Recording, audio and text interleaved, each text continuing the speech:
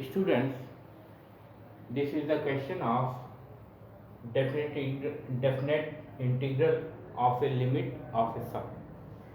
Here we have to evaluate limit of 1 upon n plus 1 plus 1 upon n plus 2 plus 1 upon n plus 3 and so on plus 1 upon 2n when n tends to infinity. So in this question, first we find out here rth term of the given sequence. That means first we find here the general term of 1 upon n plus 1 plus 1 upon n plus 2 plus 1 upon n plus 3 and so on plus 1 upon 2n. So first we find out general term of this sequence, that means rth term of the given sequence. And we know that rth term can be written as 1 upon n plus r.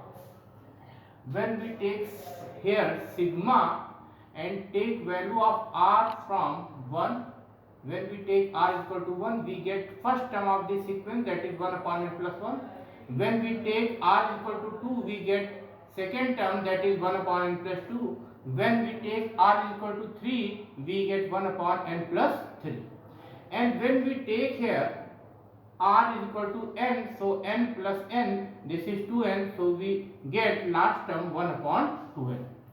So in this type of questions, first we find out the general term of the given sequence. So in this sequence, each numerator of each term is equal to 1. So in the general term, numerator of every term, in the general term, numerator is also 1. Here in the denominator of every term, this is n plus 1, n plus 2, n plus 3. So in every term here is n. So in the rth term, n is also here.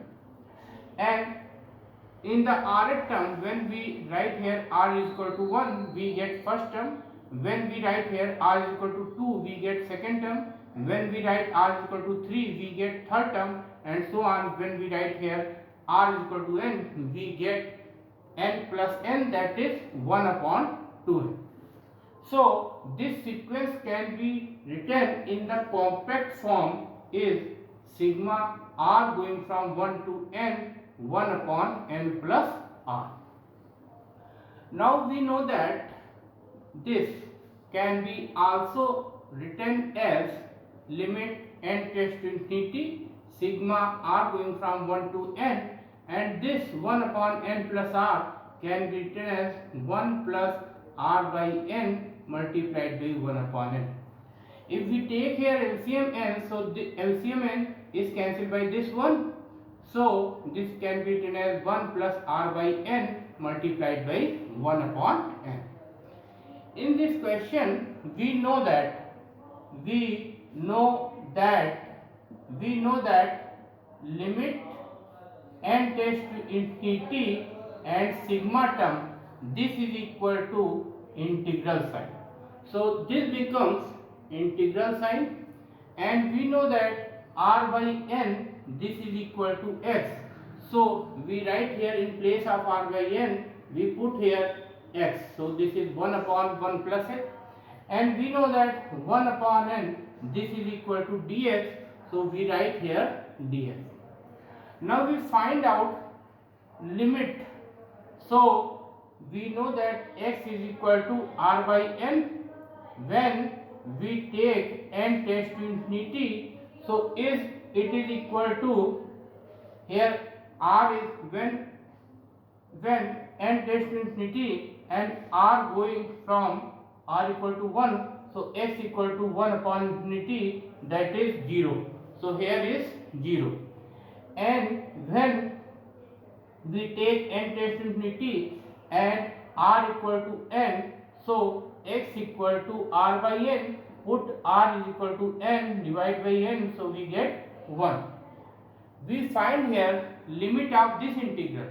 So we know that x equal to r by n, when we take n tends to infinity and r equal to 1, So in place of r we put here 1, and in place of n we put here infinity. So 1 upon infinity is 0. So x tends to 0.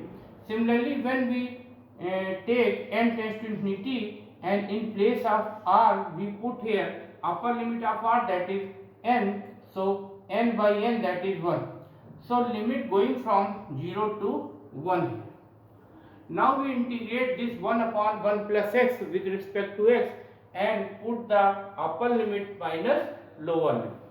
So we know that integral of this 1 upon 1 plus x can be written as log of mod of x plus 1. Now we put here upper limit minus lower limit. So this can be written as log of 1 plus 1 mod minus log 0 plus 1 mod.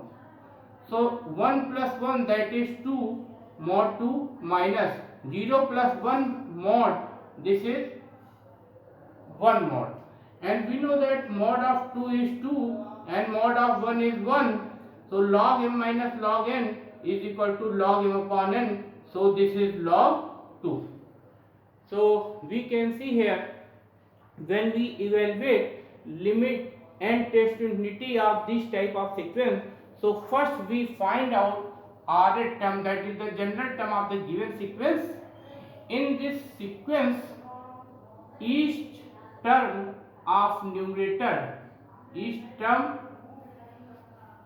in this sequence, every term 1 in the numerator. So in the Rth term, 1 is also in the numerator, and in the denominator each term is n here.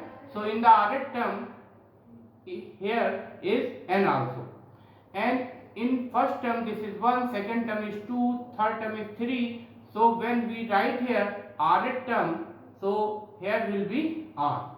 So r going from 1 to n, because when we write here r is equal to 1, this gives first term, that is 1 upon n plus 1. When we write here r is equal to 2, we get second term, that is 1 upon n plus 2. When we write r equal to 3, we get third term 1 upon n plus 3, and so on. When we write r equal to n, we get 1 upon n plus n, that is 1 upon 2n. So this sequence can be written in compact form as sigma r going from 1 to n, 1 upon n plus r. This is the general term. Now we can write this taking n common in the denominator here. So this can be written as 1 upon 1 plus r by n. We know that limit n tends to infinity, sigma, this is equal to integral sign. So in place of this we put here integral sign.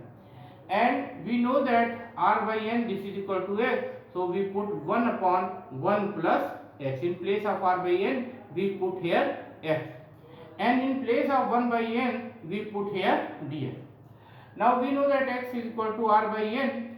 When we write here n tends to infinity and a lower limit of r, that is equal to 1. So x is equal to 1 upon infinity, that is equal to 0.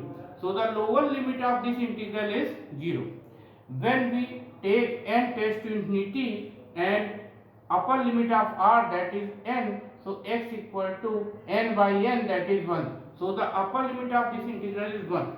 Now we integrate this 1 upon 1 plus x, we get log mod of x plus 1. Now we putting here upper limit minus lower limit. So this is 1 plus 1, that is log 2, minus lower limit, that is 0 plus 1 mod. So 0 plus 1 is 1, mod is 1. So log m minus log n, we know that log m upon n. So this can be written as log 2 upon 1. So this is log 2. Thank you.